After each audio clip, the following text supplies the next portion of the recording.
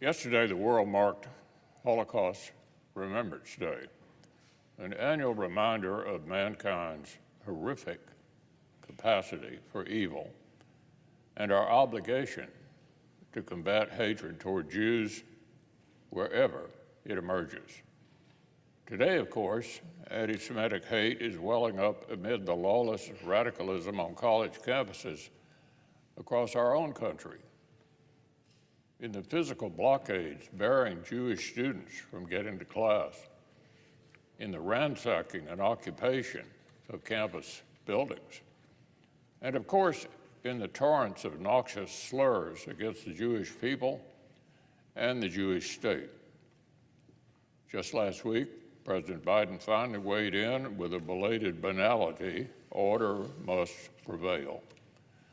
Unfortunately and unsurprisingly, this glancing finger wag hasn't exactly quelled the campus chaos or steeled the spines of college administrations.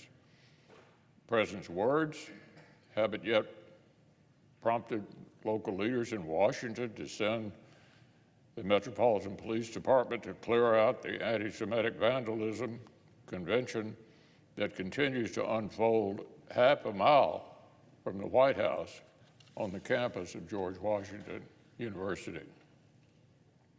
In the absence of firm, responsible campus leadership, the radicals at UCLA have once again managed to bring collective punishment on their fellow students with the cancellation of in-person classes. Harvard and MIT are still struggling to muster the resolve to clear out and punish the squatters on their campuses. And at the epicenter of the chaos, Columbia has canceled its main graduation ceremony. So, Mr. President, there's really only one way to interpret this outcome.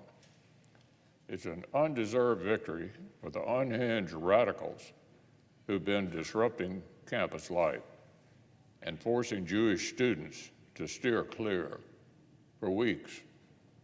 University administrators caving to the mob only validates the performative tactics of wannabe revolutionaries. Like the Scafalas who first order of business upon breaking into a campus building last week was to post Maoist revolutionary slogans and make a list of their comrades with vegan dietary restrictions. And the doctoral students specializing in, quote, theories of the imagination and poetry as interpreted through a Marxist lens, who became their spokesperson and demanded that Columbia administrators provide violent trespassers with food and water so they could persist in lawlessness. What deluded nonsense. It's important to acknowledge that Columbia isn't even the only hotbed of retrograde 20th century communism on the island of Manhattan. While the meatless Marxists take over Morningside Heights, a brand of Joche jihadism has emerged further downtown at NYU. You heard that right. A, quote, teach-in, end quote, quite literally praised North Korea's solidarity with the Palestinian people, especially enumerating the way the Kim regime has helped train and equip Palestinian terrorist groups who wage war on Israel. Take heart, comrades.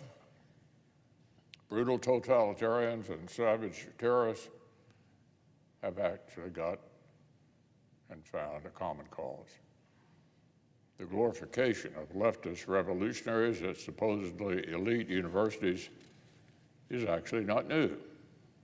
Berets emulating Che Guevara were on campus long before jihadist garb that signals solidarity with Hamas.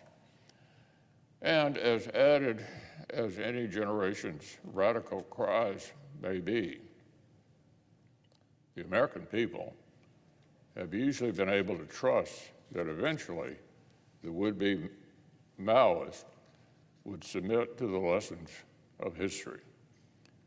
Read about how the Cultural Revolution really ends and become contributing members of society.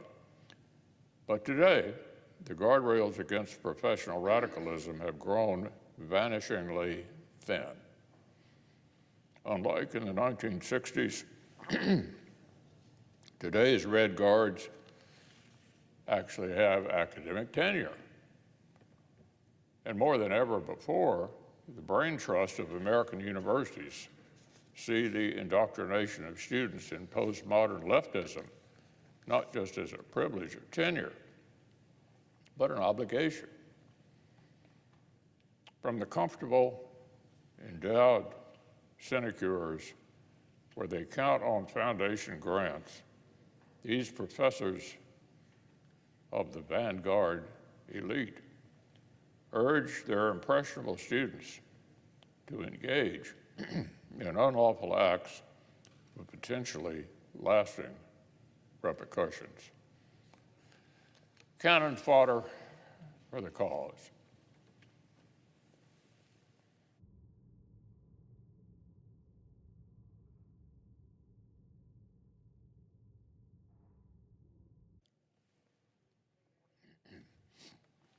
Meanwhile, to an alarming degree, campus administrators have abdicated their responsibility to treat their charges as adults, capable of bearing the consequences of their actions. And in the face of a mob that increasingly represents their political base, elected leaders have shrunk from the duty to ensure that the order President Biden referenced last week actually prevails. To borrow from one of the campus radicals' favorite fonts of wisdom, Karl Marx famously wrote that if history repeats itself, it comes the first time as tragedy and the second time as farce. It's hard not to worry that in 2024, it's arrived a bit of both.